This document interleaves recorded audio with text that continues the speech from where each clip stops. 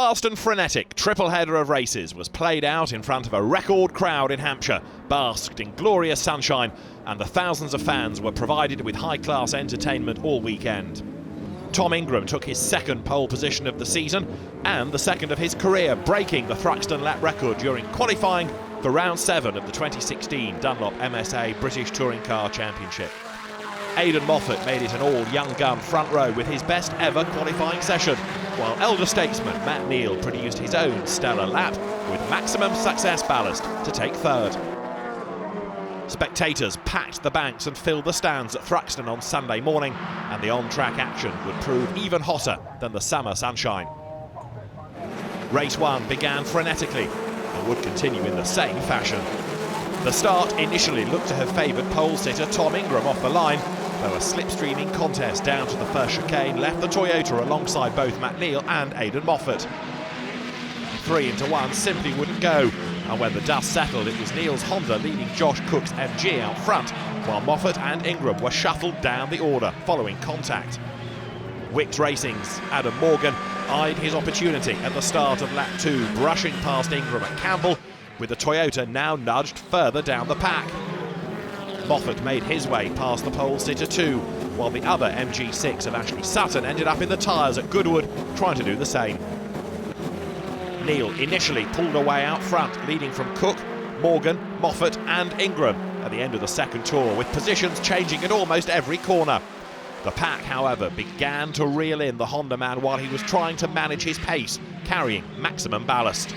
Morgan was right on it through Church on lap 3 and under the rear bumper of Cook's second-placed MG on the run to the chicane, where he was able to slip through, the Mercedes really on a mission as he hunted Neal up ahead. By the end of the next lap, he was up with the Honda. A good run out of club over the start-finish line saw him through into the lead, heading a gaggle of cars jostling for places in front of the stunned spectators. Moffat clawed his way past Neal too, seemingly completing his recovery and potentially giving Mercedes a first ever 1-2 in the BTCC. It wasn't to be, however, after he ran wide with a puncture on lap 10. By the time the leaders next blasted their way down to Brooklands and up Woodham Hill, Neal's Honda had too picked up a puncture. The triple champion attempted to pull into the pit lane but was collected by an unsighted Cook, which resulted in Gordon Shedden, Jeff Smith and Jake Hill, among others, being caught up in the incident. Officials were left with little choice but to cut the race short, and duly the Thruxton marshals waved the red flags to signal the end of the showdown. Andrew Jordan then joined a list of 7 different race winners from the opening 8 BTCC races after the Pertec racing driver produced an impressive run in the second bout of the day. Morgan made a steady getaway from pole position, and the Wickes Racing driver coped well with maximum success ballast in the first half of the race. Jordan had nipped by Ingram's Speedworks Toyota off the line, and worse was to come for the latter when he was adjudged to have jumped the start, incurring a drive-through penalty. Morgan led from Jordan and the WSR trio of Collard, Jack Goff and Sam Tordoff in close company, the BMWs coming alive in the battle for victory.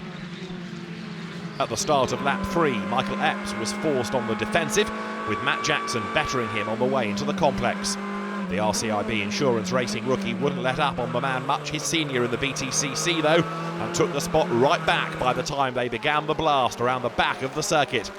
Just ahead, Jeff Smith span at high speed after putting a couple of wheels on the grass.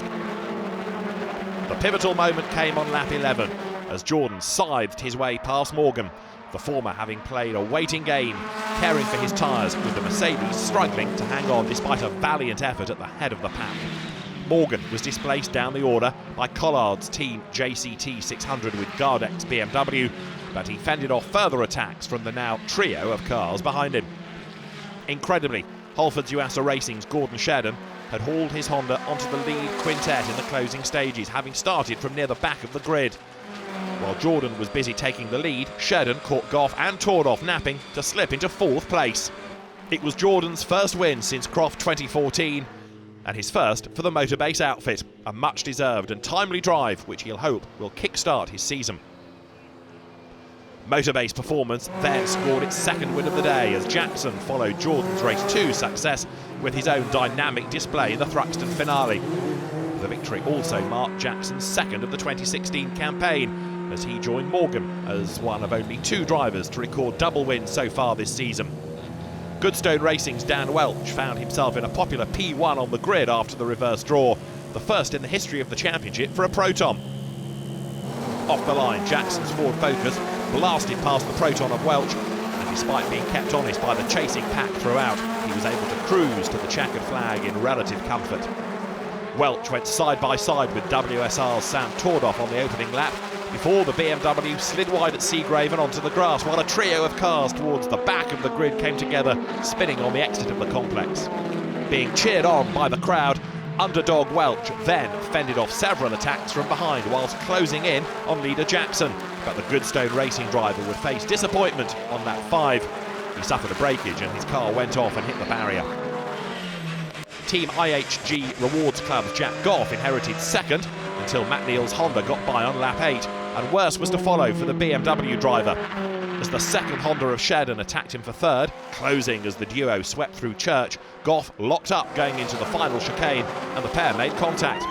Shedden retired with damage after limping over the line, while Goff could only manage 18th place at the finish. The final podium place went to Morgan, making it a hat-trick on the day as he crossed the line just 0.198 of a second ahead of the MG pair of Josh Cook and Ash Sutton. Rob Collard claimed 6th and with it the joint lead of the championship with Neal, while Rob Austin and the recovering Tordoff completed the top 8 positions. The top 10 included 2 young drivers who each enjoyed a special day's racing in the BTCC. Dan Lloyd took 9th and the Jack Sears Trophy to complete a fine debut with Eurotech Racing, while 10th place Mike Epps took his best ever result and good points. At the close of play, Louise Goodman caught up with hat-trick king Adam Morgan as he looks forward to his home event at Alton Park. Well, Adam, any race weekend when you're leaving home with a win and 2 third places under your belt is got to be a good one, hasn't it? Unbelievable. If someone said you're going to come here and get 3 podiums on a race day, I would to believe them, and it's just been fantastic. So just massive thank you to everyone at Wicks Mercedes. They've been amazing, and hopefully we can repeat it some later on at Alton. Well, your tail's got to be in the air going to Alton. Obviously, it's your home race, so a race where you, of all people, would like to get some more good results. Yeah, it's my local track. Unfortunately, it's been the worst one I've had in terms of results. But if I'd like to turn that around this time, and if it proves anything in the championship, consistency is key, and the points that we've taken away from this weekend have been massive. And if we can replicate sort of 3 top 10s at Alton, it will be fantastic, and just keep the championship hunt going. Who are the drivers to look out for at Alton Park? Who are the guys who you think will run well there, have got the right car for that circuit? The Hondas are going to be quick round there. I think the MGs will also be pretty quick. It also suits the rear-wheel drive guys as well. So, any pick of 10, it could be anyone. But, we've proven that our car works really well around here. I don't see any reason why it can't work at Alton, so we'll be having a go. It's a very popular race for the local fans, isn't it? What can they expect to see there? Just incredibly close racing. The track at Alton is incredibly tight and narrow. There's lots of opportunities for overtaking, and it always brings a spectacle. There's always a little rubbing, racing, and it's just proper good fun. And a great atmosphere as well. Yeah, they Alton Park for some reason seems to attract the biggest crowd. I think it's up to 40,000 odd and more. So just a great day out for everyone. What difference does that make to you as a driver, having all of the fans there, having all of that support there? It's brilliant. You come out on the green flag lap and on the lap to the grid, and you can just see just waves and waves of people, and they're all there clapping and cheering. It's just nice to be a part of it and be involved.